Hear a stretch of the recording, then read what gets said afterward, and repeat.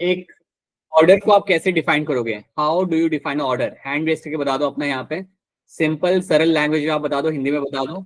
Order को आप generally आप कैसे डिफाइन करते हो? How do you define a order? You get to see in the order. हाँ जी Shreya Singh, good evening.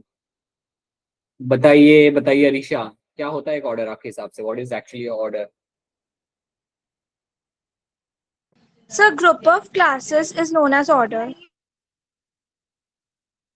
Group of classes is known as order, पक्का? Sorry, group of families. Sorry. बिल्कुल सही। ग्रुप ऑफ फैमिली जो आपकी होती है, that is something which can be called as your order. ठीक है, राइट, दैट्स ट्रू। हाँ जी Yashvi, good evening. Kamla Sehgal, good evening. ठीक है।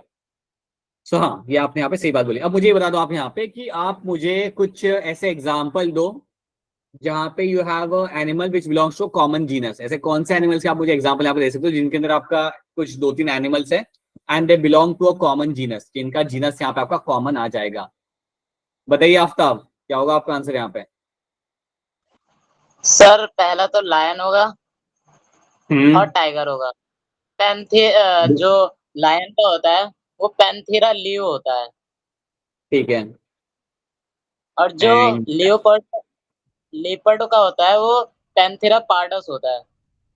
बिल्कुल सही। सो you have a Panthera pardus, Panthera leo, and you will have a Panthera tigris. So these are the example you can Panthera have a टिंटिस। common। हाँ जी, ये आपके यहाँ पे कॉमन जीनस आपके यहाँ पे हो जाते हैं। ठीक है, ये बात भी आपके यहाँ पे सही है।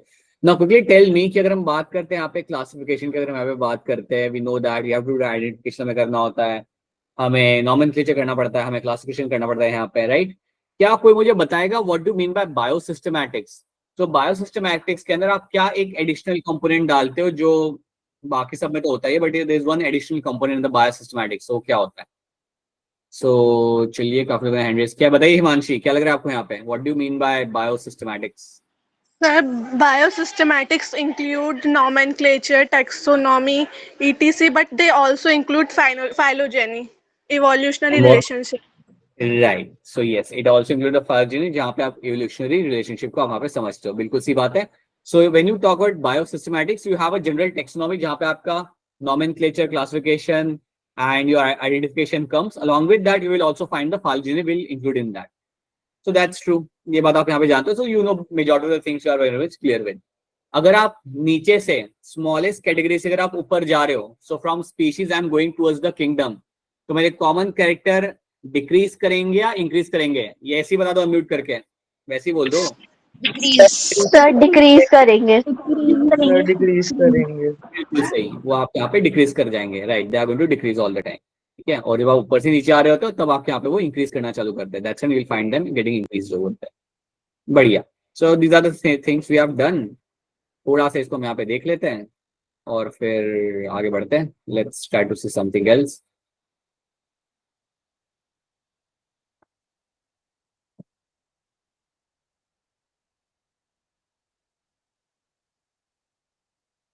So these are a few things we have understood over here. Kingdom क्या होता है आपका यहाँ पे? We have understood like how the families, like how the taxonomic category are going to move, कैसे आपकी मूव करेंगी। तो ये सब हमने यहाँ पे देख लिया था, और ये कुछ आपके सामने यहाँ पे पिक्चर है जो आपको यहाँ पे याद रखनी है। So you have to know this examples over here कि man, house flash, mango, wheat का यहाँ पे आपका कॉमन नेम आपका यहाँ पे क्या हो जाएगा? That is something you will get to see. ठीक है, this is something you will get to see over here, right? Genus आपका यहाँ पे आ जाएगा, फैमिली आपके यहाँ पे आप देखना याद रखना, आपके यहाँ पे Primata is going to be order for the man and Mammalia is going to be a class and then they all belong to a Chordata. तो ये सारे जो टर्म्स आपके यहाँ पे देख के रखे हुए ना, ये जो आपके सामने जो चार साइंटिफिक नाम है, इनको तो आपको याद करना ही पड़ेगा, इनको तो आपको याद रखना पड़ेगा। इनकी फैमिली ऑर्डर यहाँ पे आपका क्या है वो आपको यहाँ पे याद रखना पड़ेगा। ठीक है, ज्यादा कुछ है नहीं, चार ही है। So I don't think that will become any by any means will be a concern for you, but इतनी बातें आप यहाँ पे रखोगे अपना याद, राइट? अब याद रखना, फाइलम टर्म जो होता है हम इस्तेमाल करते हैं हमारे एनिमल्स के लिए, फाइलम टर्म का इस्तेमाल हम यहाँ पे करेंगे हमारे एनिमल्स के लिए। But on the other hand जब मैं प्लांट्स की बात करता हूँ तो instead of phylum I will using a term like my division. तो डिवीजन जो मेरे यहाँ पे टर्म यूज किया जाता है, that is the term I will using for my plants. तो ये बात आपको यहाँ पे रखनी है यार। अब इसमें आप एक और चीज यहाँ पे देख लो, you have a question in front of you, ICBN stands for. तो आईसीबीएन यहाँ पे आपका किस चीज के लिए स्टैंड करता है, बताना चाहेगा कि यार ये आईसीबीएन करता क्या होगा, what it must be doing over here. So चलिए करिए हैंड रेज और बताइए क्या होगा इसके अंदर आंसर आपको यहाँ पे। हाँ जी बताइए लव, क्या लग रहा है इसका आंसर आपको यहाँ पे। Sir A, international code of botanical nomenclature. Right love, आपका आंसर यहाँ पे सही है। आपको क्या लगता है ये करती क्या होगी, ये बॉडी आपकी क्या करती होगी। सर ये प्लांट की स्पीसीज के नेम नॉमेनक्लेचर करती है। हाँ basically this is something right, इनके मदद से हम लोग हमारा लाइक नेमिंग यहाँ पे कर सकते हैं। सो बेसिकली अगर आपको नॉमेनक्लेचर करना हो, जो आपने सही बोला, अगर आपने कोई नया प्लांट ढूंढा है, अगर आपको उसका नॉमेनक्लेचर करना है, अगर आप वहाँ पे उसका नेमिंग अगर वहाँ पे करना चाहते हो, then you will have to use their guidance. तो आप इनका गाइडेंस आप यहाँ पे इस्तेमाल करोगे and then you can do the naming of the plant. So yes that is what ICBN is known for. ठीक है, अब मैं आपको यहाँ पे एक चीज बताना चाहूंगा, something in terms of this picture. इस पिक्चर के कॉन्टेक्स्ट में आपको एक चीज यहाँ पे समझाना चाहूंगा। अब तीनों आपके सामने जो एग्जांपल है, तीनों एग्जांपल मेरे यहाँ पे किस चीज के, what are the example these are going to be of. अरे वैसे ही बोल दो किस चीज के एग्जांपल ये आपके सामने है। Tigers. Panthera tigress. Panthera tigris. अब लिविंग वर्ल्ड चला तो सब लोग साइंटिफिक नाम में बात करेंगे ऐसा, right. So that is my Panthera tigris, that's a tiger. Okay, अब टाइगर की you can find these are the three populations you have in three different parts of the world. So you have a Siberian tiger over here. तो यहाँ पे आपके सामने है आपका Siberian tiger. On the right hand side, you have a Sumatran tiger. Sumatran tiger. और जो नीचे वाला है वो अपना वाला है, अपना वाला मतलब अपना बंगाल टाइगर। किसी का माइक ऑन हो गया, ठीक है। So these are my three tigers you will get to see. You have a Sumatran tiger, you have a Siberian tiger, and you have a Bengal tiger. So you have a three tiger species you will find in the world, right? 3 से ज्यादा होती है आपकी, Indo Chinese भी आपको मिल जाती है, then एक जवानियन टाइगर करके भी एक आपका होता है, पर अभी के लिए ये 3 आप यहाँ पे याद रखो। नाउ ये तीनों आपके टाइगर हैं, but they will have differences. इनके अंदर आपको डिफरेंस देखने के लिए आपको काफी अच्छे से आपको मिल जाएगा। अगर आप थोड़ा ध्यान से देखोगे ना, तो आपका इनमें से सबसे बड़ा आपका होता है Siberian tiger. Siberian tiger is the largest one, सबसे बल्कि, सबसे हेवीएस्ट, सबसे थिक फर वाला आपको होता है Siberian tiger. Sumatran tiger is the one जिसके अगर आप पैटर्न्स देखोगे तो ये थोड़े आपके डार्क होते हैं, फेस के साइड पे जो आपके पैटर्न्स यहाँ पे होते हैं थोड़े आपके डार्क होते हैं, और वो थोड़ा अलग भी दिखता है और थोड़ा सा लाइक लीन होता है। And then you have the Bengal tiger जो आपका डिस्टिंक्ट आपको दिख जाता है। So all three are going to be tiger, but ये एक दूसरे के यहाँ पे सब स्पीशीज है। तो जब आपको एक सिंगल स्पीशीज अलग अलग ज्योग्राफिकल एरिया में आपको मिलती है ना, तो उन्हें हम बोलते हैं यहाँ पे एज अ सब स्पीशीज।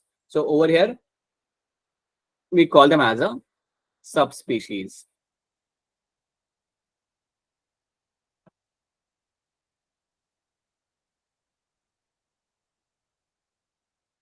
ठीक है, so you have a Siberian tiger, you have a Sumatra tiger, you have Bengal tiger, and these are all going to be my सब स्पीशीज ऑफ द टाइगर। से मेरी सारी के सारे यहाँ पे सब स्पीशीज है, मतलब है तो ये सारी टाइगर, लेकिन इसके अलग अलग आपको वेरिएंट आपको मिल जाए यहाँ पे, राइट। सो यहाँ सुमात्रा टाइगर का आपका अलग वेरिएंट आपका हो गया टाइगर का, बंगाल टाइगर आपका एक अलग वेरिएंट आपका यहाँ पे होगा। So these are all my सब स्पीशीज।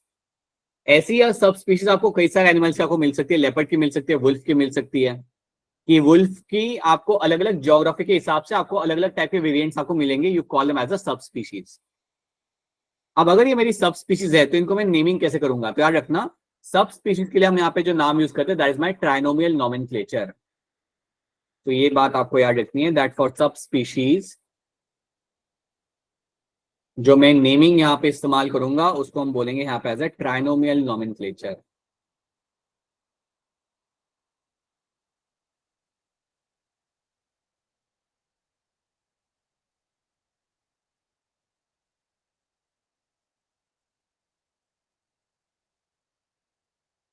So ट्राइनोमियल नोमेनक्लेचर में हमें बात करते हैं, so these are like this is something you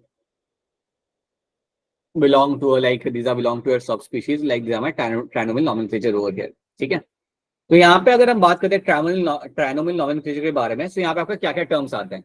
so you will have your genus, genus तो आपका है यहाँ पे, you have a species, and then the last one over here altaica, that is my subspecies. ये मेरा होता है यहाँ पे मेरा सब स्पीशीज। तो जो आखिरी जो मेरा टर्म है यहाँ पे वो आपको बता रहे कि मेरा स्पीशीज आपका यहाँ पे कौन सा है, ये सब स्पीशीज आपके यहाँ पे कौन सा है। तो बेसिकली जब मेरे को ये आखिरी वाला टर्म यहाँ पे दिखता है ना, तब मुझे पता चलता है कि हम यहाँ पे साइबेरियन टाइगर की बात कर रहे हैं। Similarly you have a Panthera tigris, यहाँ तक सब कुछ आपके यहाँ पे ठीक है। And then you have a sumatrae. तो sumatrae over here is also example of my सब स्पीशीज। हाँ जी श्रेया बताइए क्या सवाल है आपका। सर जैसे हम लोग एब्रिवेटेड फॉर्म जब लिखते हैं किसी भी साइंटिस्ट का, तो उसके नाम के नीचे अंडरलाइन नहीं करते, तो हम सब स्पीशी के नीचे अंडरलाइन करेंगे या नहीं? करेंगे, हम सब स्पीशीज के अंदर हम अंडरलाइन करेंगे हमेशा। ठीक है, right that you have to underline that. उसमें आपको करना पड़ेगा। So you have a Panthera tigris sumatrae is a Sumatran tiger and that is going to be again one of the subspecies over here. And similarly आपका जो Bengal tiger आपका यहाँ पे है, so you have a Panthera tigris that is also going to be my सब species over here. हाँ जी आफ्ताब बताइए क्या सवाल है आपका। सर आपने जो ये लाइंस है मतलब टाइगर्स के नाम दिए, वो ना आपने एक कॉमन हाँ। बात मैंने देखी थी कि आपने हैबिटेट के क्या देखी थी। मतलब लास्ट में जो आपने देखा है ना, तो उसमें तो आपने नाम तो दिए हैं अफ्रीकन, लेकिन आपने बंगाल क्यों नहीं लिखा, टिग्रिस ही क्यों लिखा? कहाँ पे। हाँ जो यहाँ पे? नहीं मतलब आगे कीजिए। हाँ अच्छा you are telling me, अच्छा okay got it you are telling me that why we haven't a Bengaliasis हमारे यहाँ पे क्यों नहीं आ रहा, why it is only tigris over there, right? आप ये कह रहे हैं कि यहाँ पे सर आपने तो यहाँ पे उससे हैबिटेट के आपने यहाँ पे नाम लिख लिए, हमारे वाले को यहाँ पे बंगाल का नाम यहाँ पे क्यों नहीं मिला, right? So that is something they have done right in the present, like this is something they have been like they did like roughly 75 years back. There must be a reason for that, why didn't added the that particular group in terms of Bengaliasis के नाम पे उन्होंने वहाँ पे क्यों नहीं डाला। One of the reason could be Aftab, एक रीजन आपका यहाँ पे ये हो सकता है कि जब ये नेमिंग किया गया था ना, वो टाइम पे you have two population, you have a Bengal tiger and have a Indo Chinese tiger, आपकी दो ये पॉपुलेशन थी आपके वहाँ पे। और जो इंडो चाइनीज जो आपका टाइगर था ना, that population was seen also in the Indian belt as well, वो इंडिया के नॉर्थ ईस्ट वाले बेल्ट पे आपको मिलता था। So there is a very strong believe कि इन दोनों पॉपुलेशन के लिए उन्होंने यहाँ पे एक सिंगल नेम यहाँ पे इस्तेमाल किया था। एंड बाद में वो इंडो चाइनीज जो आपका टाइगर था, लेटर दे रियलाइज कि ये एक अलग ही सब स्पीशीज है आपके यहाँ पे, and then they give them a different name. So this is something you actually have to go and read the initial books which they have written in terms of naming this particular species, और उसका क्या reason वहां पे रहा होगा। एक reason आपका ये हो सकता है that back then they were very much like उनका ऐसा था कि you have a population which is seen in China as well and this is a population which is seen in India as well, and that could be one of the reason that they have given them rather than एक geographical name देने के बजाय उन्होंने यहाँ पे tigris करके एक आखिरी यहाँ पे नाम रख दिया। That could be one of the reason, but yes we'll actually have to see those books over there, we actually have to read those books to understand कि क्यों वहाँ पे आपका नहीं आया आपका यहाँ पे geography का नाम, but that could be one of the reason when you are not clear ना कि इसकी geography कितनी well defined है, वो टाइम पे आप ज्योग्राफी का नाम वहां पे आप नहीं डालते हैं। Now with Sumatra and altaica it's very clear कि आपको ये उसी बेल्ट आपको मिलेगा, बट आप समझो इंडिया में टाइगर उसका पॉपुलेशन और उसकी जो बाउंड्रीज है ना वो काफी लाइक होमोजेनस है, specially with India, north east and China.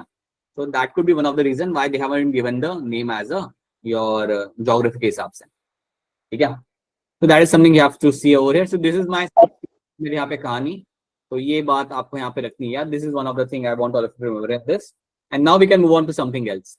So now we can actually look on to something else, we can have a look at something like your history of your classification. तो हम directly start करते हैं हमारे यहाँ पे कहानी इन terms of क्या है मेरी यहाँ पे हिस्ट्री मेरे क्लासिफिकेशन की। So let me just come back over here. बताइए हर्षित, बोलिए। सर इन एनिमल्स के नॉमेनक्लेचर करने में इनका हैबिटेट वगैरह भी देखा जाता है कि मतलब कौन से एरिया में रहते हैं और कौन से हैबिटेट में रहते हैं, उनका वेजिटेशन अगर आप सब स्पीशीज में डिवाइड कर रहे हो then you take into account, और एल्स नहीं, और एल्स आप नहीं करते हैं। अगर मुझे क्रैब मिल रहा है पैसिफिक ओशन के अंदर, right, I will not take into account, मतलब उसका मैं साइंटिफिक नाम वहां पे रख दूंगा, बट अगर मुझे सेम क्रैब अगर मुझे मिलता है इंडियन ओशन के अंदर, सेम क्रैब थोड़े वेरिएंट के साथ, then I have to give a name of a सब स्पीशीज, देन मुझे वहां पे सब स्पीशीज का नाम वहां पे डालना पड़ेगा, और else I will be using my binomial nomenclature, या फिर मैं अपना नॉर्मल बायनोमियल नॉमेनक्लेचर वहां पे यूज करके अपना काम चला सकता हूँ। सो दैट हैबिटेट वाली चीज जनरली आपकी तब आती है, या जोग्राफी वाली चीज आपकी तब आती है when you take into account that there is other population जो कहीं और भी है which is similar to that population, तब आता है हर्षित। ठीक है, so now to understand the history of biological classification, तो यहाँ पे चलिए स्टार्ट करते हैं क्या है आपके यहाँ पे history and what other things will get to see. तो अर्लीस्ट क्लासिफिकेशन की हम यहाँ पे बात करते हैं, जहाँ पे आप कुछ साइंटिस्ट यहाँ पे जिक्र करेंगे लाइक योर एरिस्टोटल। तो एरिस्टोटल जो हमारे यहाँ पे इनिशियल साइंटिस्ट थे हमारे यहाँ पे, like on this planet, like I won't say on this planet but he was initial contributor in the field of classification. तो इन्होंने क्लासिफिकेशन किया था काफी बेसिक चीजों के ऊपर, बेसिक चीजों के बेस पे इन्होंने यहाँ पे क्लासिफिकेशन अपना यहाँ पे करना चालू किया था। Like he was classifying on the basis of the habitat.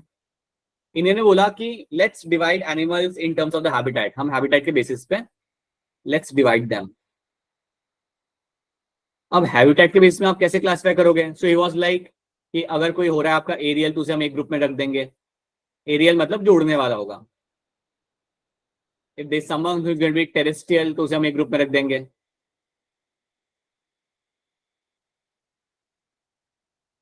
And अगर आपका संबंध कोई अगर आपका यहाँ पे होता है which is going to be aquatic, तो उसको हम एक ग्रुप में यहाँ पे हम रख देंगे। So will keep that into one specific group. तो इनिशियल आप देखो यहाँ पे कि इनिशियली क्लासिफिकेशन काफी लाइक वेग था। अब आप सोचो यहाँ पे कि अगर मैं बोलूँ कि कुछ जो उड़ रहे हैं एनिमल्स उनको मैं एक ग्रुप में रखूंगा, तो यहाँ पे क्या हो जाएगा, आई विल फाइंड कि मेरे यहाँ पे बर्ड्स भी आ जाएंगे इसके अंदर, and I will also find bats will come in this, जबकि दोनों आपके यहाँ पे अलग है, राइट। टेरेस्ट्रियल के अंदर भी आपका यही हो जाएगा। टेरेस्ट्रियल में आपका सब कुछ आप वहाँ पे डाल रहे हो, like you are adding ostrich भी आप यहाँ पे डाल रहे हो, लायन भी आप यहाँ पे डाल रहे हो, you are also adding rat over here, इन सबको आप एक ग्रुप में डाल रख रहे हो। एक्वेटिक की अगर मैं बात करूँ यहाँ पे, तो एक्वेटिक में भी यहाँ पे दिक्कत आ जाती है। एक्वेटिक में आपका यहाँ पे क्या होगा, you will keep a shark, shark आपके इसके अंदर आ जाएगी, डॉल्फिन भी आपके इसके अंदर आ जाएगी। ठीक है, सो this is not something which is true. Dolphin आपकी मैमल है, शार्क आपकी फिश है यहाँ पे। सो हैबिटेट के बेसिस पे क्लासिफाई करना पहले किया जाता था, but that is not something which is acceptable. ये किसी भी तरीके से आपके यहाँ पे एक्सेप्टेबल आपके यहाँ पे नहीं है। दूसरी चीज उन्होंने यहाँ पे क्या कर दी, that they divided the animals in the on the basis of the presence of RBC and absence of RBC. So there you have a presence of RBC. अगर ब्लड है तो उसको आप एक ग्रुप में आप यहाँ पे रख दो, अगर ब्लड नहीं है तो उसको आप एक ग्रुप में आप यहाँ पे रख दो। तो यू हैव इधर प्रेजेंस और एब्सेंस ऑफ आरबीसी, उसके बेसिस पे भी आपने अपना क्लासिफिकेशन अपने यहाँ पे स्टार्ट कर दिया। अब याद रखना ये क्लासिफिकेशन भी आपका ज्यादा एक्सेप्टेड यहाँ पे था नहीं, किसी भी तरीके से आपका एक्सेप्टेड यहाँ पे था नहीं। आप सोचो ना, एब्सेंस ऑफ आरबीसी के अंदर आपके यहाँ पे सारे इंसेक्ट आ गए, स्पाइडर आ गया, क्रैब आ गया, सबको आपने एक ग्रुप में रख दिया। जहां पे आरबीसी आ रहा है मतलब आपके बर्ड्स, मैमल्स, रेप्टाइल्स को आपने एक ग्रुप में रख दिया। तो that is something which was very vague. आप इस बात को यहाँ पे समझो कि ये जो आपका क्लासिफिकेशन का यहाँ पे जो आपका तरीका था वो काफी वेग था, वो काफी सिंपल था, वेग था। तो इनिशियली तो लोगों ने इसे एक्सेप्ट कर लिया था, बट बाद में इट वाज नॉट समथिंग जिसको ज्यादा इस्तेमाल किया गया था। याद रखना, एरिस्टोटल का जो इनिशियल क्लासिफिकेशन यहाँ पे जो उन्होंने दिया था यहाँ पे, which was not something which was very widely accepted, because इसके अंदर बहुत ज्यादा स्ट्रॉन्ग वेल डिफाइंड तरीका इसमें कुछ ज्यादा आपके यहाँ पे था नहीं। ठीक है, तो यहाँ पे आपको ये चीज याद रखनी है। देन बाद में आपके Carolus, so Carlos Linnaeus gave us the two kingdom classification यहाँ पे। तो Carlos Linnaeus gave us the two kingdom classification यहाँ पे। आफ्ताब बताइए क्या सवाल है आपका? सर पहले के जमाने में हैबिटाट की वजह से वो क्लासिफिकेशन होती थी। हाँ जी। तो हाँ, फिर अगर कोई एम्फीबियन निकल गया तो उसे किस में डालते थे? फॉर समझा नहीं, मैं एग्जाम्पल, वापस बोलना। हाँ मतलब कोई एम्फीबियन हुआ, मतलब वो हाँ, टेरेस्ट्रियल भी है, एक्वेटिक भी है, फॉर तो एग्जाम्पल फ्रॉग। तो मैं बता रहा हूँ, अगर एम्फीबियन निकल गया ना वो, so they will consider as aquatic, उनको वो कंसीडर करेंगे एज एक्वेटिक ओवर देयर, क्योंकि वो पानी में उन्हें दिख रहा है उन्हें। वो डिटेल में पढ़ ही नहीं रहते वहां पे, they were not understand the details of the animal, so वो कुछ ज्यादा डिटेल समझ ही रहते हैं। अगर वो पानी में दिख रहा है, they will keep them as aquatic, simple, उनका सिंपल सा हिसाब ओके था वहां पे। That is why it okay was sir. Something which was very वेग।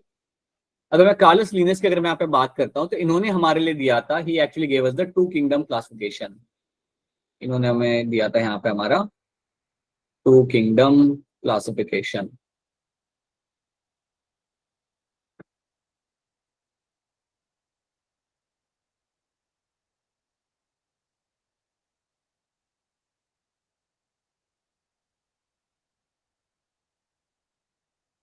सो टू किंगडम क्लासिफिकेशन आपका हमने यहाँ पे दिया था, which is something which came from the Carlos Linnaeus के एंड से आपका ये आया था. So that is something came from the Carlos Linnaeus side.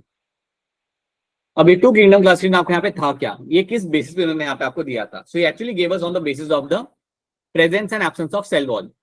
तो कार्लोस लीनियस ने आपको यहाँ बोला कि अगर सेल वॉल है तो they are my plants, right, and if cell wall is not there, so if you have a presence of cell wall, then you will categorize them into plants. If you have absence of cell wall, then you will categorize them into, if you have absence of cell wall, in the animals. ये दो basis के ऊपर इन्होंने अपना यहाँ पे classification देना अपना यहाँ पे चालू किया था.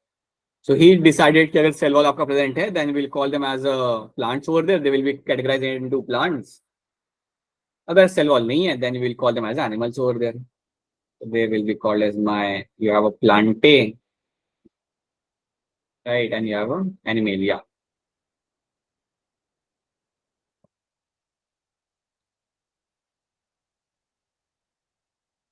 इन चीजों को हमने यहाँ पे डिवाइड किया. सो this is what they have actually divided this thing into, like इधर यू हैव अ प्लांट और एनिमलिया ओवर हियर.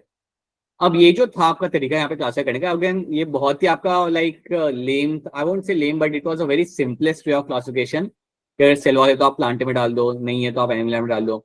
अब इसमें दिक्कत क्या आ रही है, like what kind of issue you are facing over here. इसमें इशू आपका यहाँ पे ये आ रहा है, प्रॉब्लम आपके यहाँ पे ये आती है कि अगर मैं बात करूँ यहाँ पे प्लांटे को लेके, if I talk about the Plantae over here, so Plantae के अंदर आपका सब कुछ आ जाएगा आपका यहाँ पे. You will also find bacteria. Bacteria में भी आपको सेल वॉल आपका यहाँ पे मिल जाता है. You will find over here fungi. Fungi में भी आपको सेल वॉल आपका यहाँ पे मिल जाता है. और प्लांट्स तो आपके यहाँ पे आ ही रहे हैं. तो बेसिकली आपने ऐसे ग्रुप को आपने एक सेम में डाल दिया विच आर कंप्लीटली डिफरेंट. यहाँ bacteria which is different, fungi आपका अलग है आपका यहाँ पे. They both have a cell wall and plants are तो ऐसे आपके यहाँ पे डिफरेंट हो जाते हैं. तो ये जो तरीका था इनका यहाँ पे वो आपका काफी सही नहीं था. It was not something which was widely accepted. कि आप on the presence and absence of cell wall के ऊपर आप यहाँ पे एनिमल्स को आप यहाँ पे डिवाइड कर रहे हो, या प्लांट्स और एनिमल को आप यहाँ पे कैटेगराइज कर रहे हो. सिमिलरली आपका अगर सेल वॉल नहीं है, देन यू हैव एनिमेलिया. इसमें आपके प्रोटिस्टा भी आ रहे हैं, लार्जर एनिमल्स भी आपके यहाँ पे आ रहे हैं, right. So that is something also was not something which was acceptable.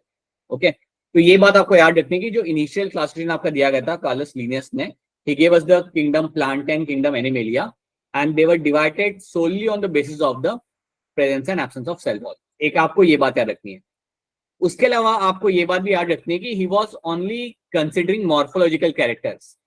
आपके जो कार्लोस लीनियस थे ना आपके यहाँ पे, तो पहले तो हम इनका let's talk about my Aristotle over here. He was the earliest to attempt a more scientific basis of classification, जो इतना scientific था भी नहीं. He used simple morphological characters to classify plants into trees, shrubs and herbs. तो इन्होंने अपना plants को divide कर दिया simply आपका trees, herbs and shrubs के अंदर. Aristotle also divided animals into two groups which had a RBC red blood and which did not have a red blood. So plants को उन्होंने यहाँ पे divide किया using the trees, herbs and shrubs, which is a very simplistic way of classification. और animals को यहाँ पे उन्होंने divide किया with the presence of blood and absence of blood. यहाँ पे हम बात करें हमारे यहाँ पे एरिस्टोटल की.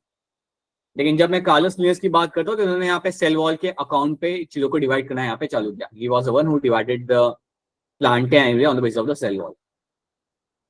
So that is what done by my Aristotle. Simple तरीका कि blood नहीं है तो animalia, blood you have absence of blood and you have a presence of blood. On the basis of that you have a two categories over there.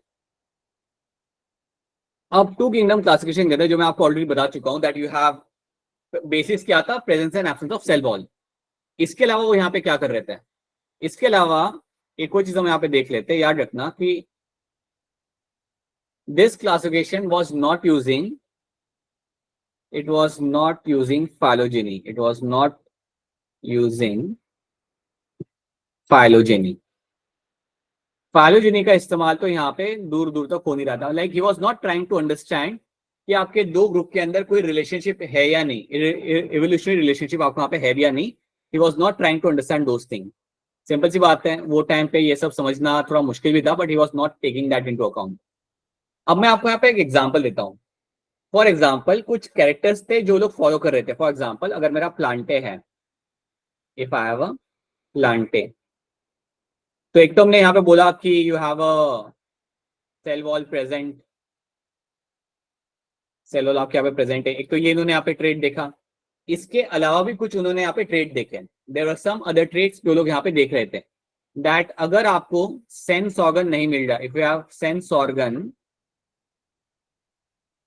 Are absent, तो उनको हम डाल देंगे प्लांटे के अंदर। If they don't have sense organ, like उनके पास अगर आपका सेंस ऑफ स्मेल नहीं है या सेंस ऑफ हियरिंग नहीं है, सेंस ऑफ विजन नहीं है, if they don't have a well defined sense organ, तो उनको हम डाल देंगे प्लांटे के अंदर। प्लांटे के अंदर वो सारे ग्रुप्स आएंगे which do not show locomotion, which do not show locomotion. तो प्लांटे के अंदर आपके वो सारे के सारे ग्रुप आपके यहाँ पे आ जाएंगे जो आपके चल नहीं सकते। सो ये भी उन्होंने यहाँ पे डाल दिया कि लोकोमोशन जो कर नहीं रहा उसको हम डाल दें यहाँ पे प्लांटे के अंदर। तो that is something they have also seen. उसके अलावा एक और चीज बताना चाहूंगा, any group having a vacuole, any group having a large vacuole, any group having a large vacuole, उसको भी उन्होंने डाल दिया आपके प्लांटे के अंदर। सो that is something they were doing कि सेल वॉल तो वो ले ही ले रहे हैं, उसके अलावा और भी कई सारे ट्रेड्स यहाँ पे देख के they were adding them into a group Plantae. Animalia के अंदर आपका बिल्कुल अपोजिट था। एनिमिलिया के अंदर आप जो यहाँ पे कर रहे थे वो आपका तरीका बिल्कुल आपका यहाँ पे अपोजिट था। Here the cell wall was absent. सबसे पहली बात, सेल वॉल आपके यहाँ पे एब्सेंट था। उसके बाद सेंस ऑर्गन वर प्रेजेंट। अगर सेंस ऑर्गन अगर आपको यहाँ पे दिख रहे हैं, देन आप उन्हें डाल दोगे अपने एनिमिलिया के अंदर, राइट। दे शोड लोकोमोशन, तो दे वर मोटाइल। मोटाइल मतलब जो मूव कर सकता है। मोटाइल आपका ये रहेगा जो आपका बेसिकली आपका मूव कर सकता है एक जैसे दूसरे जगह के ऊपर। So that's a motile term, okay. And then vacuole, you have absence of vacuole। तो ये चीजें आपको यहाँ पे याद रखनी। These are the few things you have to know in terms of my plantae and animalia। तो बेसिकली इस तरीके से आपके कार्लस लिनियस यहाँ पे अपना डिवीजन अपना यहाँ पे कर रहे थे। That is what he was doing in terms of dividing this group of animals. ठीक है, चलो यहाँ पे कैलिफाई देखते हैं। He was known as the father of taxonomy, आप ये बात जानते हो। Father of plant taxonomy and father of animal taxonomy, ये थे हमारे यहाँ पे Carolus Linnaeus. Linnaeus gave us two kingdom system of classification। He grouped the plants and animals into kingdom Plantae and kingdom Animalia respectively on the basis of the cell wall। तो cell wall के basis पे वहां पे divide कर रहे थे, but और भी कई सारे कैरेक्टर थे जो अकाउंट में लेते थे, बट मेनली उनका डिवीजन हो रहा था on the basis of the cell wall. मैं आपको पहले ही बता रहा हूँ कि अगर आप ऐसे डिवाइड कर रहे हो देन आप कई सारे अलग अलग ग्रुप को आप सिंगल ग्रुप में आप डाल दोगे, जो आपके लिए कभी भी आपको यहाँ पे यूजफुल आपका यहाँ पे नहीं होता। ठीक है, so you have a Plantae and you have Animalia over there। So you have a Plantae and you have a Animalia।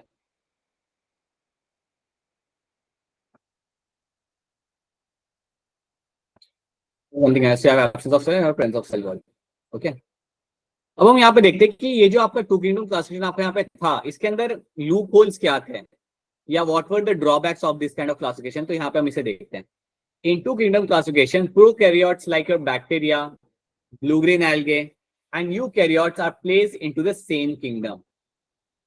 अब इन्होंने क्या किया कि जो भी सेल वॉल वाले थे उन सबको उन्होंने एक ग्रुप में डाल दिया। तो आपका प्लांट भी एक ग्रुप में आ गया और आपके बैक्टीरिया और ब्लू ग्रीन एल्गे भी आपके एक ग्रुप के अंदर आ गए। तो याद रखना कि टू किंगडम क्लासिफिकेशन के अंदर आपके bacteria, blue green algae and eukaryotes were placed into a same kingdom. इन सबको आपने यहाँ पे सेम किंगडम के अंदर अपना यहाँ पे रखा था। So they were kept into same kingdom. That was गलत था वो, बट ये एक ड्रॉबैक था आपके टू किंगडम क्लासिफिकेशन का। अच्छा इतना बताओ, क्या इतनी बातें आपको समझ आ रही है जो मैं आपको यहाँ पे बता रहा हूँ? Is this clear to all of you? Yes sir.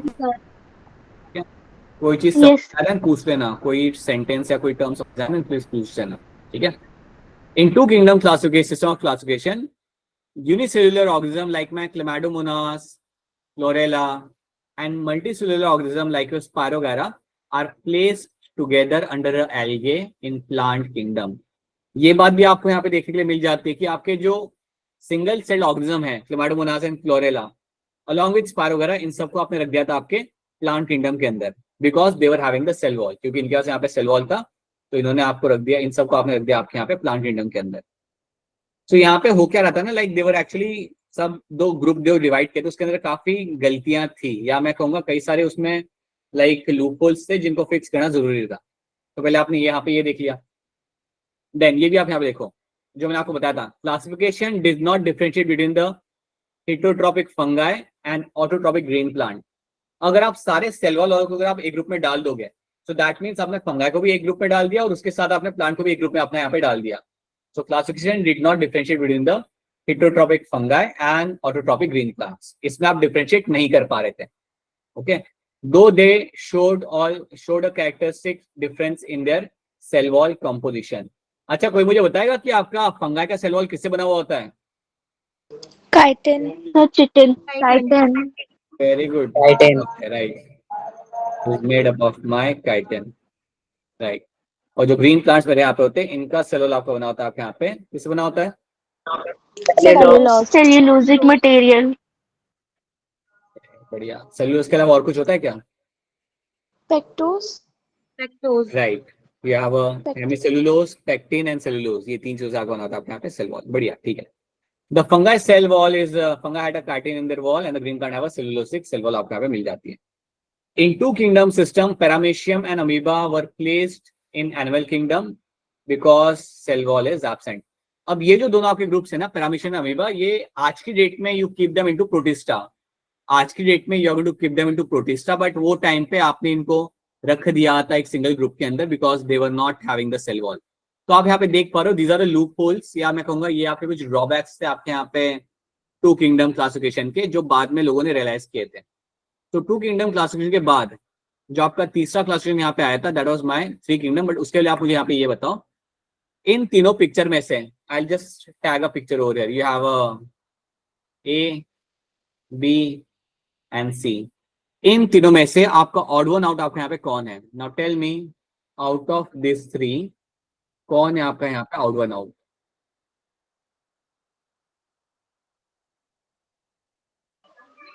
बताइए कमला सहगल, क्या लग रहा है आपको यहाँ पे कौन है इसमें से odd one out? Ma'am sir B. B लग रहा है बी सर। आपको? अच्छा, ठीक है। पूर्वा, आपको क्या लग रहा है? B sir. Sir option B. सबको बी लग रहा है यहाँ पे, ठीक है। और क्यों आपको लग रहा है कि बी में यहाँ पे ऑड वन आउट है, कोई बताएगा? So because it's Sir, B. bacteria, I guess. Right, it is your Cyanobacteria. Bacteria. हाँ जी, बहुत बढ़िया, इट इज माय साइनोबैक्टीरिया। ये मेरे यहाँ पे साइनोबैक्टीरिया मेरे यहाँ पे हो जाएगा, इट इज माय साइनोबैक्टीरिया।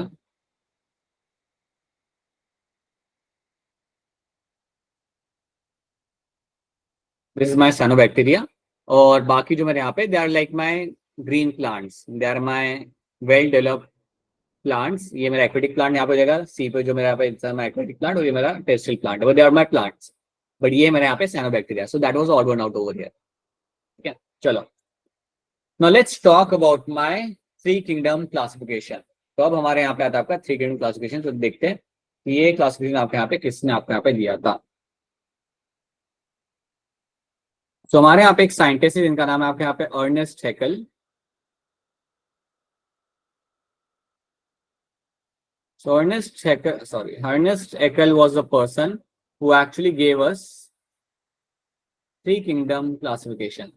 तो बेसिकली उन्होंने यहाँ पे क्या किया कि आपके पास दो किंगडम थे, उन्होंने से डिवाइड किया। So he created one more kingdom. So हमारे पास प्लांट और एनिमल तो था ही आपके पास, he created something called as my Protista. तो यहाँ पे now what was happening that you initially had a Plantae,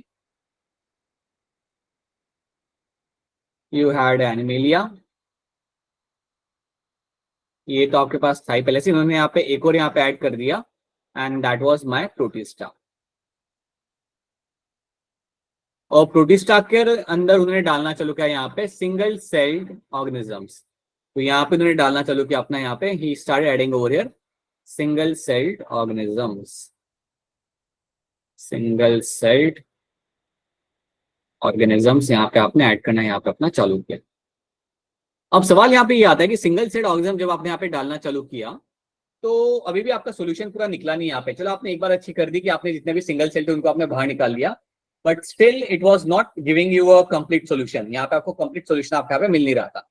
अब सवाल आपका यहाँ पे आता है कि आपको कंप्लीट सोल्यूशन आपको क्यों नहीं मिल रहा था, मतलब why it was still a concern right now? Because single cell के अंदर आपका सब कुछ ही आएगा ना, आपका यहाँ पे अमीबा भी आएगा, आपका यहाँ पे बैक्टीरिया भी आएगा, आपका यहाँ पे you will have something like your Chlamydomonas भी आपके यहाँ पे आ गया, क्लोरेला भी आपके यहाँ पे आ जाएगा, सो that is something which was happening over here. तो आपके यहाँ पे हो क्या रहा था कि आपने लाइक कई सारे अलग अलग ग्रुप्स को विच आर सिंगल सेल्ड, उनको आप ला रहे थे ग्रुप के अंदर। तो यहाँ पे दिक्कत क्या आ रही है कि आपके यूकैरियोट्स और प्रोकैरियोट्स आपके दोनों साथ में आ रहे हैं। अब बैक्टीरिया तो आपके यहाँ पे प्रोकैरियोटिक सेल है आपके यहाँ पे, बट इसको हमने यहाँ पे सिंगल ग्रुप के अंदर यहाँ पे हमने डाल दिया। तो इवन दो इन्होंने यहाँ पे एक ग्रुप बना दिया था विच वॉज प्रोटिस्टा, इससे आपको हेल्प तो मिल रही थी, you are actually separating out single celled organisms. But यहाँ पे क्या हो रहा था, यू आर फाइंडिंग कि कुछ आपके यूकैरियोट्स और प्रोकैरियोट्स आपके सेम ग्रुप में आपके यहाँ पे आ रहे थे। तो इसको भी थोड़ा रिजॉल्व करना आपके लिए यहाँ पे इंपॉर्टेंट था। तो ये बात आपको याद रखनी कि थ्री किंगडम क्लासिफिकेशन के अंदर जो अर्नेस्ट हैकेल ने आपको यहाँ पे दिया था, he added the group of Protista, and after adding this Protista वाला ग्रुप आपको यहाँ पे इतना रिलीफ मिल गया कि आपके सिंगल सेल्ड ऑर्गेनिजम्स आपके अलग हो गए, बट अभी भी आपके कई सारे प्रोकैरियोटिक सेल और यूकैरियोटिक सेल आपके यहाँ पे साथ में थे। तो उनको यहाँ पे अलग करना हमारे लिए काफी ज्यादा यहाँ पे इंपॉर्टेंट था। सो ये बात आपको यहाँ पे याद रखिए, this is the one thing you have to know. तो अगर आपसे पूछा जाएगा कि अर्नेस्ट हैकेल का कंट्रीब्यूशन यहाँ पे क्या था, then this is something you have to know. अब इसके बाद आपके यहाँ पे क्या हो रहा है, then you have the four kingdom classification यहाँ पे। अब फोर किंगडम जो आपके यहाँ पे दिया था by scientist called by Copeland, ये आपके लिए काफी यूजफुल था बिकॉज यहाँ पे आपको मिल जाता एक नया आपका यहाँ पे kingdom, and that was my Monera. So Animalia तो था ही हमारे पास, we had a Plantae, Protista हम ऐड कर चुके थे यहाँ पे, and along with that we were also able to add something called as your monera। तो मोनेरा आपका स्पेसिफिकली बनाया गया था ताकि आप इसमें डाल सको आपके सारे के सारे यहाँ पे आपके bacteria. So you can actually add all the bacteria over here, you can actually add all the prokaryotic cells, all prokaryotes को हम यहाँ पे ऐड करते हैं। ठीक है, अब इसको हम ज्यादा डिटेल में यहाँ पे समझ नहीं रहे, I tell you why, because NEET के बेसिस पे अगर देखा जाए तो यहाँ पे आपका बहुत डिटेल में क्वेश्चन आपका यहाँ पे आता नहीं है, इसमें लूप होल्स आपके यहाँ पे क्या आता है। So we are not getting into those things right now, we are just understanding कि मेरा फोर किंगडम में आपका यहाँ पे क्या था, थ्री किंगडम में आपके यहाँ पे क्या था, और कौन सा किंगडम आपके यहाँ पे ऐड किया गया था, और उस किंगडम के अंदर आपने यहाँ पे क्या कौन से ग्रुप को आपने यहाँ पे ऐड किया था। सो यहाँ पे you have a Monera, and Monera were having all the prokaryotes were seen over there. हाँ जी अलीशा बताइए। Sir, is it important to learn these, like the names of these scientists who gave three kingdom of Just get, Pokemon? you have to know those names. I tell you why. They can ask you in the match the following at times.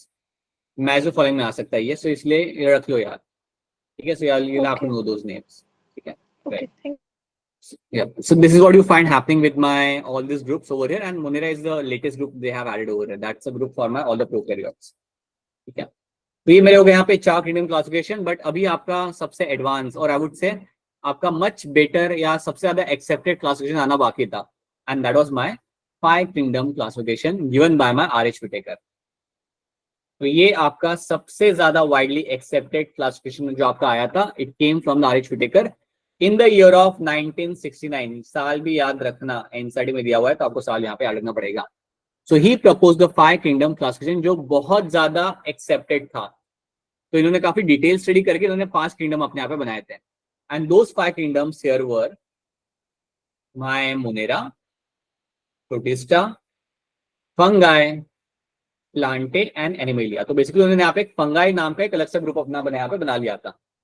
Monera में आप जानते हो Monera will always include your bacterias, all the bacteria will come under the Monera. सारे bacteria मेरे Monera वाले group के अंदर मेरे यहाँ पे आ जाएंगे। So this Monera group will have all the bacteria, so it will have all the prokaryotic cells, all prokaryotes।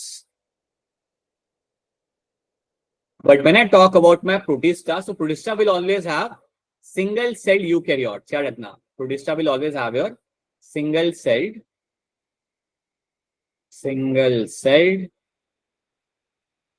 eukaryotes। तो सारे सिंगल सेल्ड यूकैरियोट्स आपके आएंगे आपके प्रोटिस्टा के अंदर। Then you have the fungi. Fungi you know सारे के सारे मेरे यहाँ पे डीकम्पोजर, सेप्रोफाइट्स। फंगाई आपको ये बात क्लियरली सबको मालूम है कि फंगाई अपना खाना खुद से नहीं बना सकता, it's not a plant, it actually feeds on dead and डिकिंग matter. जो भी आपका डेड एंड डिकिंग मैटर आपका होता है ना सॉइल के, उसके ऊपर वो फीड कर रहा होता है। So that is your fungi. So they are my saprophytes, they can not be autotrophs, I can call them as a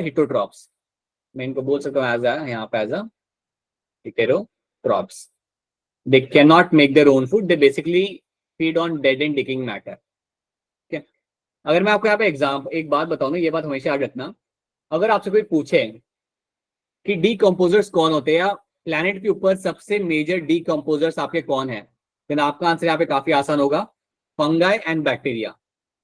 fungi and bacteria are your major decomposers. ये बात आप दिमाग में बिठा लो, that fungi and bacteria are always going to be your major decomposers. इनके वजह से ही आपका डीकम्पोजिशन आपका वहां पे होता है सॉइल के अंदर. अगर ये ना हो ना तो आपको प्लांट्स देखने के लिए नहीं मिलेंगे.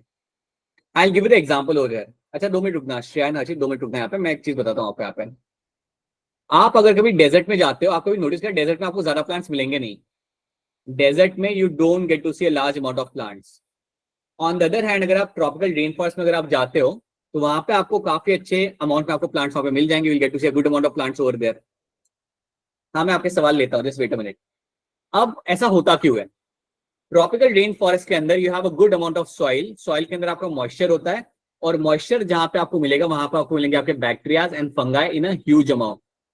और जहां पे you have a huge amount of bacteria and fungi, आपका सॉइल का एनरिचमेंट ज्यादा होता है.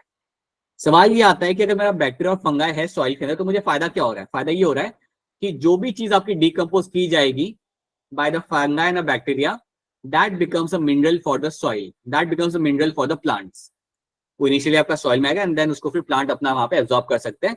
तो yes you will find your fungi and bacteria are the one which are the major decomposers. अब यही फंगाई और बैक्टीरिया आपको डेजर्ट के अंदर कम मिलेंगे. फंगाई तो बहुत ही कम मिलेगा, you might not even find them, but bacteria आपको वहां पे कम मिलते हैं. And because of that soil की क्वालिटी वहां पे कॉम्प्रोमाइज होती है या लेस होती है. And because of that you have less plants over there. ठीक है, अब एक एक करके हम सवाल लेते हैं. लेट्स स्टार्ट विद हर्षित. हर्षित बताइए क्या सवाल है आपका? सर जो प्रोटेस्टियंस होते हैं ये हेटरोट्रॉपिक और ऑटोट्रॉपिक दोनों प्रॉपर्टीज शो करते हैं ना? Yes, yes, yes, yes. So you will have a group which can make their own food. You will have a group which cannot make their own food. They will be feeding on some other group of animals. There will be a group which will be a parasitic group as well. So हाँ वो आपको दोनों trait आपको show करेंगे जो हम आगे देखेंगे. ठीक है, हाँ जी श्रेया बताइए क्या सवाल है आपका? सर अगर हमारे पास क्वेश्चन आता है वो मेजर डिकम्पोजर्स का और हमारे पास दोनों ऑप्शन होते हैं बैक्टीरिया और फंगाई, तो हम किस पे टिक लगाएंगे? फंगस पे? नहीं आएगा, ऐसा कभी नहीं आएगा. नीट में कभी ऐसा नहीं आएगा. They will never ask you question जहाँ पे आपके पास दोनों वहाँ पे आपके ऑप्शन सही आ रहे हैं. There are certain thing which will never happen in front of you. तो अगर आएगा भी तो ऐसा आएगा दैट इधर you will have a fungus और अ बैक्टीरिया. दोनों नहीं आएगा. अगर दोनों आएगा भी तो भी ऐसा आएगा. फिर अगर बैक्टीरिया और फंगा लिखा होगा ना वहाँ पे, तो साइड में ऑप्शन डी में लिखा होगा BNC या ANB लिखा होगा वहाँ पे, because both of them are major decomposers. Without them you cannot even expect life thriving on a forest. उनके बगैर आप सोच भी नहीं सकते. So that's the thing. ठीक है, श्रेया बताइए. आफ्ताब. सर डिकम्पोजर्स का काम तो माइक्रो ऑर्गेनिजम्स भी करते हैं, तो हम उनको यही तो है इंक्लूड मैं नहीं कर सकते.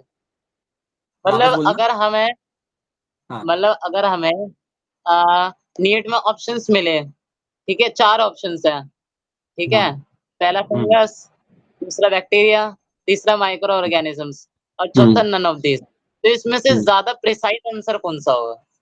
देखो मैक्रोस को आप टिक नहीं करोगे यहाँ पे. अगर आपके समय बैक्टीरिया और फंगाई होता है ना तो आप मैक्रोस वगैरह आप देखोगे भी नहीं. Not all microbes are going to behave like decomposers. Aftab and all of you, many microbes will live as a parasite, many microbes will live as a heterotrophs. Microbes term use करना that doesn't mean they are my decomposers. Decomposers are only my bacteria and a fungi. They are the major decomposers. मैं ये नहीं कह रहा कि और decomposers आपके नहीं होते हैं, but major decomposers are these are the two groups. We are the major decomposers. तो आप microbes को टिक करोगे नहीं वहां पे, वो आपका कभी आंसर बनेगा नहीं. You have to go for a bacteria. अगर दोनों ऑप्शन आपको कभी मिलेंगे नहीं, पहली बात. After and all of you will never have two options in the question. ऐसा कभी नहीं होगा. अगर फंगाई नहीं है then you go for a bacteria. If you don't have bacteria then you go for a fungi. Simple. ठीक है, okay ये बात आपको याद रखनी है यार. Then you have Animalia over here. Animalia भी आप यहाँ पे something you know that the group is very much clear to you. Okay, and then you have Plantae. तो ये Plantae are always going to be autotrophs. Plantae मेरे यहाँ पे autotrophs होते हैं. अरे एक स्पीशीज होती है सी स्लग की, एक सी स्लग की स्पीशीज होती है, काफी इंटरेस्टिंग होती है. I won't say C slug या सी स्नेल होता है वो, मुझे याद नहीं आ रहा उसका नाम, बट एक स्नेल होता है जो क्या करता है, एल्गी को कंज्यूम करता है और एल्गे को कंज्यूम करने के बाद it has a potential to carry out photosynthesis. So that kind of animal also we have right now. So एक स्पीशीज आपके यहाँ पे, इसका नाम फिलहाल तो मैं भी जानता नहीं हूँ, but there is one species right now which you also find in the Indian coast line पे भी आपको मिल जाती है. You have a snail which feeds on the algae, और algae पे feed करने के बाद it has a potential that it can use the chlorophyll to carry out photosynthesis, which is quite mind-boggling actually. ये कैसे करता होगा वो. ठीक है, चलो. Now let's see यहाँ पे हम और क्या देख सकते हैं. You have a cell structure. अब हाँ, आपका आरएच विटेकर ने यहाँ पे जो आपने ग्रुपिंग किया था वो किस बेसिस पे अपने यहाँ पे ग्रुपिंग किया था. He took into account the cell structure. Cell structure के बेसिस पे उन्होंने यहाँ पे ग्रुपिंग किया था. थैलस ऑर्गेनाइजेशन, मतलब आपकी बॉडी ऑर्गेनाइजेशन आपका यहाँ पे कैसा था. Like you are having root, stem और लीफ आपको मिल जाता, सिंगल सेल था. Whether you are having the presence of a thallus, thallus मतलब absence of root, stem and leaf. So on the basis of body organisation, उसके base पे इन्होंने यहाँ पे डिवाइड किया था. मोड ऑफ न्यूट्रिशन, इधर you are autotroph, heterotroph, parasitic, उसके बेसिस पे यहाँ पे डिवाइड किया गया था. देन रिप्रोडक्शन, सेक्सुअल और सेक्सुअल है, फ्रेगमेंटेशन शो कर रहा है, also taken into account. And then you have a phylogenetic relationship. Suresh Singh, बताइए क्या सवाल है आपका यहाँ पे. सर आपने बोला कि जो थैलस ऑर्गेनाइजेशन है, मींस कि उसमें रूट्स और लीव्स एब्सेंट होते हैं. सर ये कहना गलत नहीं होगा?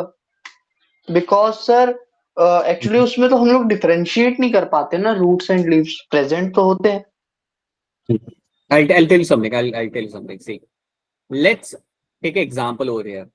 For example, you have a certain group of plants which do not have stem, leaf and roots.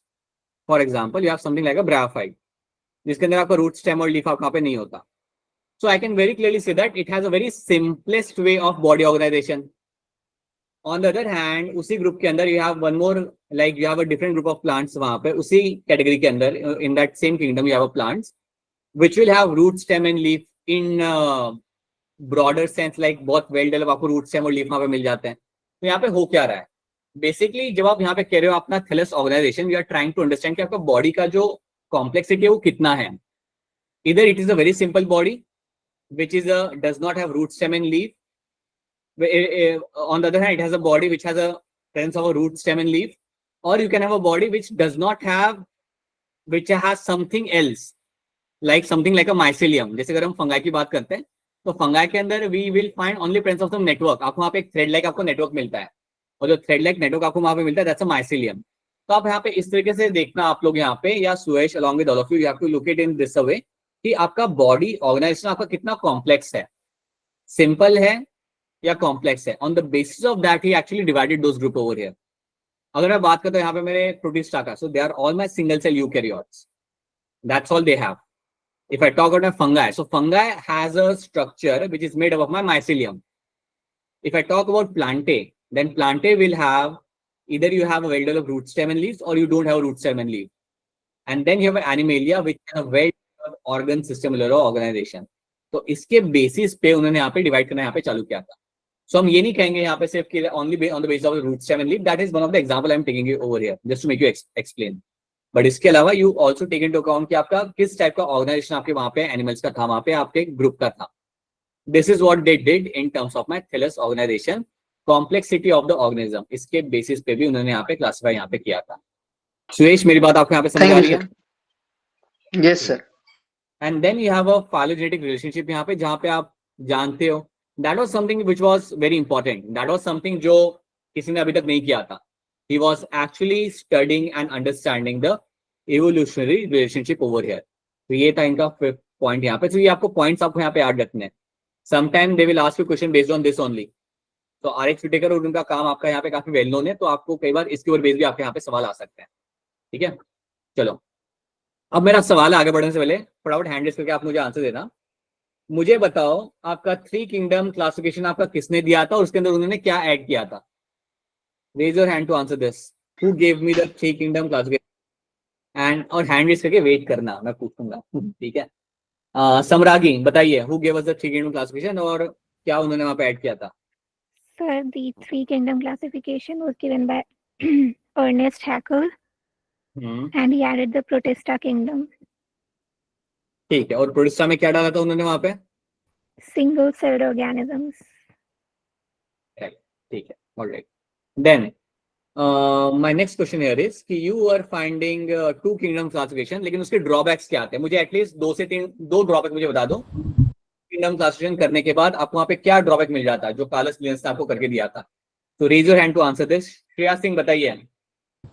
Sir हमारे ड्रॉबैक्स ये थे कि वो यूकैरियोट प्रोकैरियोट के बीच में डिस्टिंग्विश नहीं कर पाए थे, यूनिसेलुलर मल्टीसेलुलर के बीच में नहीं कर पाए थे, और ऑटोट्रोपिक और हेटरोट्रोपिक के बीच में नहीं कर पाए थे। बिल्कुल सही। So they were all placed in under a single group और under the same umbrella. So that was why वो आपको वहां पे सही नहीं था। So that was something which was untrue. ठीक है, मुझे एक और चीज आप यहाँ बता दो कि एरिस्टोटल ने प्लांट्स को किस बेसिस पे डिवाइड किया था? On the basis of what Aristotle was dividing the plants? Hand raise करेंगे आप इसलिए।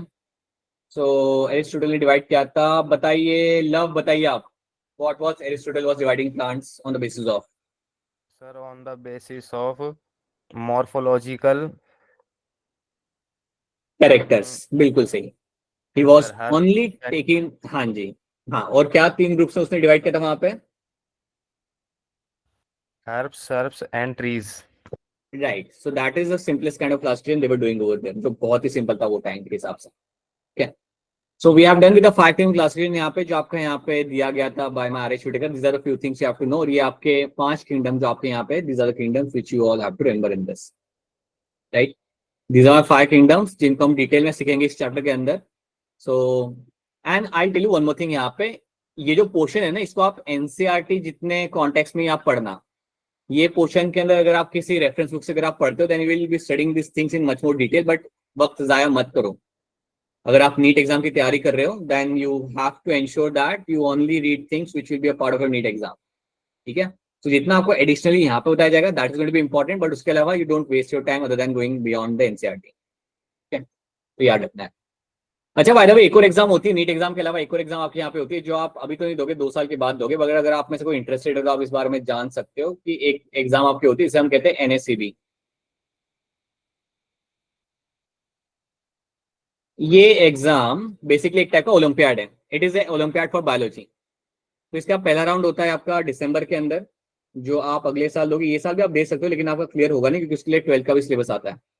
सो दिसंबर में आप इसका एग्जाम देते हो, पहला round. So it will have the first round first of all, यार ना, it is olympiad, so it will have a first round. पहला राउंड जब आप क्लियर करते हो तो इसमें सिर्फ बायोलॉजी के क्वेश्चंस आते हैं। You will only get biology के क्वेश्चंस यहाँ पे। The total number of question you will have over there, I am going to 80 questions. तो 80 क्वेश्चंस आपको मिलेंगे यहाँ पे। So you will have 80 questions आपको यहाँ पे टोटल मिलते करने के लिए, and 1 question will carry 3 marks. ठीक है, अगर आप 80 में से लाइक अज्यूम दैट कि आपका जो पेपर है आपके यहाँ पे वो आपका होगा 240 मार्क्स का। तो 240 मार्क्स का यहाँ पे पेपर होता है। अगर आप ले आते हो अराउंड 170 जितना, तो आप सेकेंड राउंड के लिए फॉर श्योर क्वालिफाई कर जाते हो, will qualify for the second round. ठीक है, so will have a first round, and then first round के बाद वो लोग इंडिया में से कुछ 300 बच्चे इकट्ठा करते हैं which will go for the second round. और सेकेंड राउंड अगर आप क्लियर कर लेते हो, जो it's like scaling some mountain over there, but अगर आप वो क्लियर कर लेते हो then you can go for a camp. तो उसमें से वो लोग निकालते कुछ 34 बच्चे जो कैंप के लिए जाते हैं, मतलब इंडिया के अलग अलग लैब्स में जाएंगे, वहां पे जाके कैंप करेंगे। और वो कैंप करने के बाद उन 34 बच्चों में से दे विल सिलेक्ट कुछ 5-6 बच्चे, and now they will go somewhere abroad. फिर आपको अपना पासपोर्ट बनाना पड़ेगा अगर नहीं बनाया तो, and then you will represent India in the International Biology Olympiad. तो ये इसके यहाँ पे कुछ आपके राउंड्स होते हैं। सो अगर आप में से कोई है जिसको बायो में बहुत ज्यादा इंटरेस्ट है,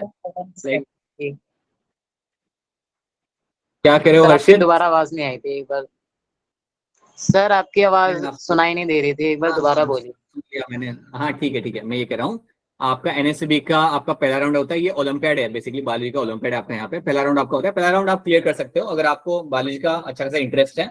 नीट से थोड़ा ये डिफिकल्ट होता है, नीट से थोड़ा डिफिकल्ट हुआ ये, बट पहला राउंड आप क्लियर कर सकते हो। Once you clear the first round, जिसमें आप 240 में से अगर आप 170 अगर आप यहाँ पे लेके आ जाते हो, that's good enough for you for clearing the first round. Basically इतना स्कोर लाने के बाद आप 300 के अंदर आप आ जाते हो, इंडिया में 300 बच्चों के अंदर आप यहाँ पे आ जाते हो, then you have a second round. Second round अगर आप क्रैक कर लेते हो तो सेकंड राउंड क्रैक करने के बाद आपके कुछ 34-35 बच्चे सिलेक्ट किए जाते हैं फॉर द कैंप. कुछ 35 जितने बच्चे सिलेक्ट किए जाते हैं फॉर द सेपरेट कैंप जो आप पूरे इंडिया में आप करोगे. लाइक इंडिया कुछ लोकेशन पे आप करते हो, मतलब वो लोग ही आपको लेके जाते हैं. And after those 35 after the camp you will find, इसके बाद इसमें से आप निकालते हो अपने कुछ 5 या 6 students, and this 5 to 6 students will represent India for international Biology olympiad. फिर आपको जाना पड़ेगा बाहर स्कूल से छुट्टी लेके. हाँ जी अरीशा बताइए क्या सवाल है आपका यहाँ पे. अरीशा आश्रिया कुछ सवाल था ना आपका यहाँ पे, बोलिए Arisha. What is this exam for? What is this exam for? You are actually like going for Olympiad. That's an international Olympiad, and you are actually representing the India over here. So imagine. So every year, what happens? Sir, in certain parts of the world, there is going to be Olympiad for physics, chemistry, and biology. Okay. So for biology, you have to go through this process to represent India for your as a biology expert. तो हर साल 12th से कई सारे बच्चे यहाँ पे जाते हैं. एंड वैसा नहीं करना. बताइए हर्षित क्या सवाल है आपका. सर ऐसे क्वेश्चन पूछना तो नहीं चाहिए, पर फॉर गॉड से मान लो कोई बच्चा नीट में नहीं सिलेक्ट होता है, तो क्या अवंती उसको उसके बाद भी मान लो उसके ड्रॉप ईयर में भी उसको क्लासेस देगी? ये बहुत दूर की बात कर दी आपने. आप तो 11वीं कक्षा के बच्चे हो, आप इतना दूर का क्यों सोच रहे हो. तभी मैंने बोला. तभी मैं कह रहा हूँ आपको कि Avanti holds on to those people who have given the exam, and if at all they are not able to crack the exam, we still ensure that they are getting all type of support in terms of like lecture preparation. ठीक है, मिल गया answer. करता है support. बताइए हर्षित क्या करे हो आप. बस सर और कुछ नहीं कहना. अच्छा आफ्ताब आप कुछ कह रहे हो. हाँ बोलो आफ्ताब. सर जो सेकंड राउंड होगा उसमें कितने मार्क्स लाने पड़ेंगे इसमें? ये सेकंड राउंड डिफिकल्ट होता है. सेकंड राउंड थोड़ा ज्यादा डिफिकल्ट होता है. सेकंड राउंड का मुझे पूरा जो पेपर होता है ना आपका, it will be around like 250 marks का होगा. And to get a score of around like 120 also is very difficult. मतलब सेकंड राउंड नीट से 3 times डिफिकल्ट होता है, एंड नीट के बाहर का आता है. Like you have to go beyond NCERT for that. तो first round is still doable right, but second round के लिए you have to be very sharp. तो अगर आप में से कोई ऐसा है जिसका बायोलॉजी काफी अच्छा है और वो बायोलॉजी में एनसीईआरटी के अलावा और भी किताबें पढ़ता है, जिसका ग्रिप काफी अच्छा टॉपिक के ऊपर, if someone who belongs to that group, then they can actually think of that. हाँ जी श्रेया बताइए. सर नेगेटिव मार्किंग है क्या इसमें? होती है, yes होती है, yes. So +3 and -1 for first round. Same negative marking you will find in the second round. Second round में तो second round में तो आपका filling the blank होता है. Like you also have filling the blank as well. You also have some question where you have to write the answer. So it is, you have to be made up of something. Some kind of substance should be there within yourself. तो आप कर सकते हो उसे. But हो सकता है. It's not impossible. But वही है, थोड़ा inclination आपको चाहिए subject को लेके. Alright. So this is my. हाँ जी पूर्वा बताइए क्या सवाल है आपका, बोलिए.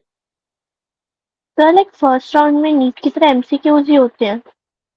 हाँ नीट से आई वुड से थोड़ा सा डिफिकल्ट होता है, बट वो डुएबल होता है. अगर आपका नीट के लिए अच्छा प्रिपरेशन चल रहा है ना, and if you are have some kind of logical understanding अगर आपके यहाँ पे है, देन वो हो जाता है. फर्स्ट राउंड आपका हो जाता है. सेकंड राउंड के लिए you have to be like, पहले से आपको थोड़ा पढ़ना चालू करना पड़ता है. You have to be very prepare for the second round, because second round is, I will give you example. वो क्वेश्चन आपका लाइक स्टेटमेंट बेस्ड क्वेश्चन आपके यहाँ पे आते हैं. ऑन स्टेटमेंट के अंदर आपको 6-7 स्टेटमेंट आपको यहाँ पे मिलेंगे. So you have to read those paragraphs, 6 statement paragraph, and then you have to look for the options over there. So that kind of question they are. So you actually have to be very sharp on those things. But मैंने ये भी देखा है कि जो लोग olympiad crack कर रहे होते हैं ना, उनके लिए नीट में स्कोर करना is like a walk in a park for them. So someone who has cracked the second round of Olympiad, उसके लिए नीट में उसका स्कोर 340 और 360 के बीच में रहता है हमेशा, वैसा होता है. And these are those students who are actually getting overall उनका 670 या I would not 670 but 650, 640, 660 का इनका स्कोर बन रहा होता है. और अगर मैं बायो की बात करूँ स्पेसिफिकली, देन बायो में नीट 340 लाना it's not a big thing अगर आप ये क्रैक कर रहे हो तो. सो बिकॉज अगर तुम इसके क्वेश्चन सॉल्व भी करते हो ना बेटा, अगर आप बैठ के कभी सॉल्व क्वेश्चन भी अगर आप सॉल्व करोगे ना इसके, and if you are able to solve those questions, and then when I give you NEET के PYQs, you will be like ये क्या है, that kind of thing will be happening to you, ये बहुत simple, that actually happens, so that is the thing. ठीक है, हाँ जी श्रेया, और कुछ पूछना है आपको या आपका, या टेल मी? नहीं, alright, so that is what you find happening over here. So you have your 5 kingdom classification in this, and ये बात आपको यहाँ पे रखनी है यार, ये आपने यहाँ पे देख लिया। Again these are the picture from the inside, you can have a look at those picture from your end, ठीक है, कि आपका किस तरीके से यहाँ पे ऑर्गेनाइजेशन आपका यहाँ पे आपका हो जाएगा। न्यूक्लियर मेम्ब्रेन की यहाँ पे बात की जा रही है, न्यूट्रिशन की बात की जा रही है, so there are few things you can have a look at that from your side. ठीक है, लिमिटेशंस आप यहाँ पे याद रखना, 2 लिमिटेशंस आप यहाँ पे याद रखना 5 किंगडम क्लासिफिकेशन की। एक तो ये बात थी कि वायरस, वायरॉइड्स और प्रायंस एंड लाइकेंस को कोई जगह नहीं मिली थी। तो 5 किंगडम क्लासिफिकेशन करने के बाद this group never receive there group separately, तो इनको कोई सेपरेट ग्रुप यहाँ पे मिला नहीं था after 5 kingdom classification. Second thing, according to 5 kingdom classification, Chlamydomonas and Chlorella are placed in the kingdom Protista. Actually में आज की तारीख में, आज की डेट में इन दोनों ग्रुप को हमने रखा हुआ है प्लांटे के अंदर, बट वो टाइम पे these 2 groups were kept under the protista। तो ये बात भी याद रखना, there were the 2 drawbacks या 2 limitations आप यहाँ पे याद रखना, कि एक तो वायरस को कोई जगह मिली नहीं थी यहाँ पे, वायरस, वायरॉइड्स, प्रायंस, लाइकेंस को कोई जगह नहीं मिली थी, and your Chlamydomonas and Chlorella are the one which were placed under a kingdom your protista, which is also not very much true। वो भी आपका बहुत ज्यादा लाइक यहाँ पे सही नहीं है, बिकॉज आज की डेट में you have kept them into the Plantae के अंदर। तो ये बातें आपको रखनी है यहाँ पे याद। अब एक काम करते हैं, let's solve some questions, कुछ क्वेश्चन यहाँ पे पहले सॉल्व करते हैं, and then I will tell you the latest classification। तो ये तो हमने यहाँ पे देख लिया, अब कुछ सवाल यहाँ पे हम सॉल्व करते हैं। हैंड रेज करिए इसके लिए। Aristotle classified plants in herbs, shrubs and trees on the basis of what? जल्दी से हैंड रेज करिए, आसान सा सवाल है आपके सामने यहाँ पे। बताइए बताइए हिमांशी, क्या होगा इसका आंसर यहाँ पे? Sir morphological characters. And Anshu, आपको क्या लग रहा है? सर मॉर्फोलॉजिकल कैरेक्टर्स ही होगा। Right, that's going to be a correct answer। ये आप दोनों का आंसर यहाँ पे आपका सही है। I'm very sure that all of you belong, like, will be going with this option B as well। Okay, in which year Whittaker proposed 5 kingdom classification? कौन से साल के अंदर Whittaker ने आपका यहाँ पे दिया था 5 kingdom classification? बताइए लवकुश, क्या होगा इसका आंसर? सर सी। ओके, अलीशा, आपको क्या लग रहा है? सर सी। आपका यहाँ पे सी आंसर है। In the year of 1969 you actually receive your 5 kingdom classification, right? Kingdom Protista contains what? आपके हिसाब से Kingdom Protista के अंदर आपका यहाँ पे क्या आता है? What does Kingdom Protista contains? बोलिए सुरेश, क्या लग रहा है इसका आंसर आपको यहाँ पे? Sir D.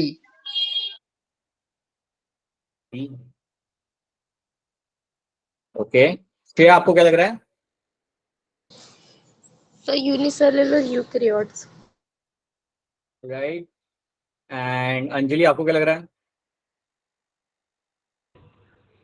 सर सी।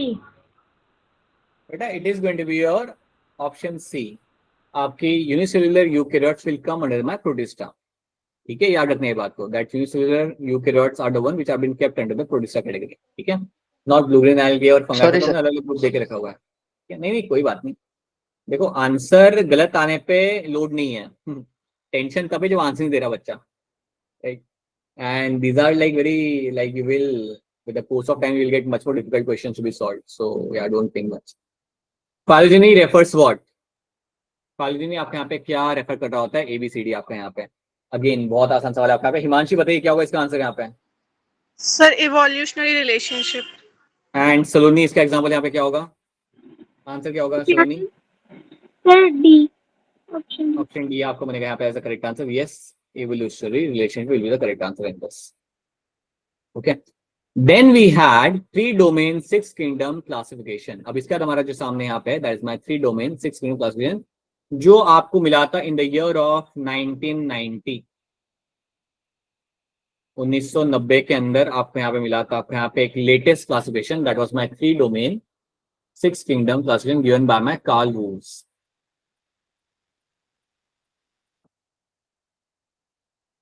तो कार्ल वूज ने आपका यहाँ पे दिया था आपका 3 डोमेन 6 किंगडम क्लासिफिकेशन। तो यहाँ पे आपको क्या मिलेगा 3 डोमेन के अंदर? You have 3 domain, like you have a bacteria, you have your archaebacteria and you have a eubacteria, यूकैरिया। ये है आपके यहाँ पे 3 domain, archaea, bacteria and Eukarya. अब इसके अंदर बैक्टीरिया में आपके यहाँ पे आपके आ रहे हैं eubacteria, which you also call them as a true bacteria, which you also call them as a true bacteria. Archaebacteria is a primitive bacteria, जिसको हम आराम से बाद में हम सीखेंगे अलग से, that what kind of bacteria they are. So archaebacteria are my primitive bacteria, and then Eukarya में आपके यहाँ पे आते हैं, you have this remaining 4 kingdoms. You have a protista, plantae, fungi and animalia. तो यहाँ पे आपने क्या किया कि आपने 3 डोमेन आपने बनाए और आपने डिवाइड कर दिया 5 किंगडम को आपका 6 के अंदर।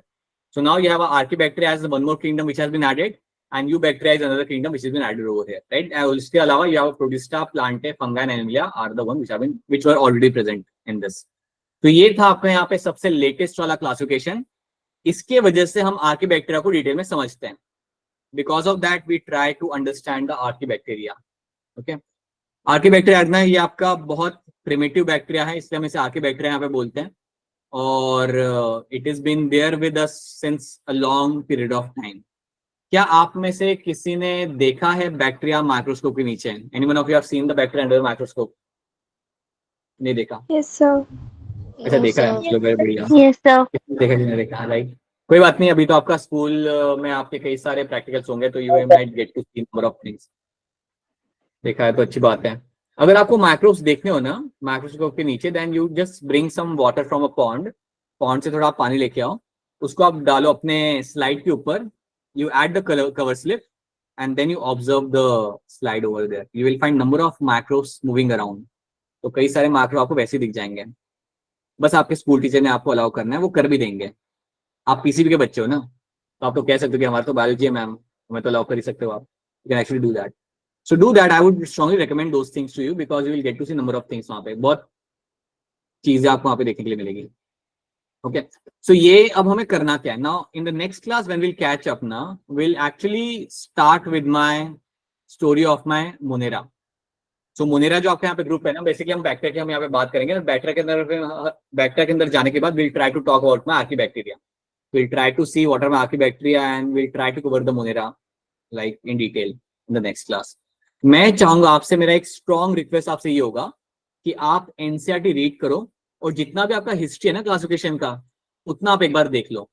What ever history of classification you have from the NCERT, उसको आप एक बार देख लो, उसको आप एक बार याद कर लो, बिकॉज यहाँ से आपके सवाल आते हैं, but you can get 1 or 2 questions from here, but you can potentially have questions आते हैं यहाँ से। सो ऐसा मत करना कि सर याद नहीं रह रहा तो हम ये कर नहीं रहे। You have to read those things and try to remember those things. ठीक है, वो चीज आप यहाँ पे कर लेना, please make sure do that. अभी मैं ज्यादा डिटेल में यहाँ पे जा नहीं रहा, we are not starting with the archaebacteria right now, but इतना जो कराया जा रहा है, I want all of you to read this much amount of from the NCERT, right? इसके अलावा आपको फिर यहाँ पे असाइनमेंट मिल जाएगा शाम को करने के लिए, शाम को या फिर कल सुबह आपको असाइनमेंट मिल जाएगा and you can solve some question based on that. अच्छा, मुझे ये बताओ, असाइनमेंट में आप लोग मुझे बताओ कितने क्वेश्चन सॉल्व करना चाहोगे आप लोग यहाँ पे? 5, 6, 10 कितने? 10. 10 सर, 10 सर 10 to 15 जितने भी आप देना चाहें। अभी वैसे ज्यादा टॉपिक अपना हुआ नहीं है ना भारी वाला, इसलिए मैं 15 तक खींच नहीं रहा, बट लेट्स अगर आप 10 के साथ रेडी हो, so we can give you 10 questions. Sir जितना कॉन्सेप्ट पढ़ाया जाए उसके वो अंदर जितने भी क्वेश्चंस बने उतना दे दीजिए।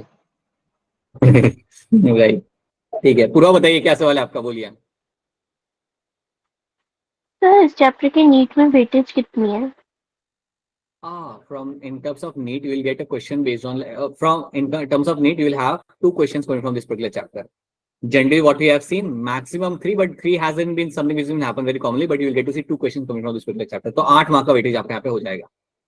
So पिछले 3 साल के ट्रेंड के हिसाब से अगर हम यहाँ पे देखा जाए, then you can get max to max, you will have a 8 marks of question you will get to see coming from this particular chapter. ठीक है? What happens here ना, एक और बात मैं आपको बताना चाहूंगा, इसका वेटेज तो चलो ठीक है, बट जब आप इसके अंदर बैक्टीरिया पढ़ रहे होते हैं ना, यहाँ पे जो आप बैक्टीरिया सीखते हो वो आगे समझने में आपको काफी हेल्प करता है। सो जब आप सेल साइकिल वाला, जब आप cell the unit of life अपना चैप्टर पढ़ोगे, so what kind of understanding you have in terms of the bacteria over here will actually help कि आप वो वाली चीजें का आप फटाफट आप पढ़ सको या समझ सको। तो ये बात भी आपको याद रखनी है। तो यहाँ पे हम बैक्टीरिया जब पढ़ते हैं ना, थोड़ा चीजों को हम ध्यान से समझते हैं यहाँ पे, because there are number of things you will also study bacteria again in cell the unit of life, और वो टाइम पे वो आपको काफी हेल्प करता है, what ever you study over here. ठीक है, So that is one thing you have to take into account. तो यहाँ पे कुछ चीजों को थोड़ा सा हम डिटेल में यहाँ पे समझते हैं, so that फ्यूचर के चैप्टर समझने में हमें आसानी हो, because it does have a good amount of content यहाँ पे, right? So that is something we have done आज के क्लास में. This is what we have done. So इतनी चीजें एक बार आप अपने एंड पे इसको देख लेना फ्रॉम द एनसीईआरटी के बेस पे, आप एक बार हिसाब से पढ़ लेना. I will give you some questions. जब हम फ्राइडे को मिलेंगे, तो फ्राइडे को we will be starting with Monera. We'll try to complete Monera itself Friday को ही, because there are number of things which has to be discussed. Archaebacteria, Eubacteria, Cyanobacteria, why Cyanobacteria has heterocytes. So we'll see all those things. आपने कुछ pictures उसके वहाँ पे देखोगे ना, Cyanobacteria के वहाँ पे हेटेरोसाइट बना के रखा होता है उन्होंने वहाँ पे. So we try to understand उसका evolutionary advantage वहाँ पे आपका क्या है. So we try to see number of things over there. So अगला लेक्चर के अंदर आपका कंटेंट थोड़ा रहेगा. So please make sure you come slightly prepared. ठीक है? Alright. So that is what we have done आज के क्लास के अंदर. अगर आपका कोई यहाँ पे सवाल है, then you can ask a question. If you have any question based on this, then please go ahead and ask a question. If you have no questions, then yeah, just wait for the assignments to be dropped in your group and you can solve your assignments. अच्छा, by the way मेरा एक सवाल आपसे ये है कि I hope आप सब लोग एक्सेस कर पा रहे हो अपने रिसोर्सेज को. Yes, sir. Yes, sir. उसको लेकर अगर कोई दिक्कत आ रही हो, then please let me know. अगर कोई प्रॉब्लम आ रही है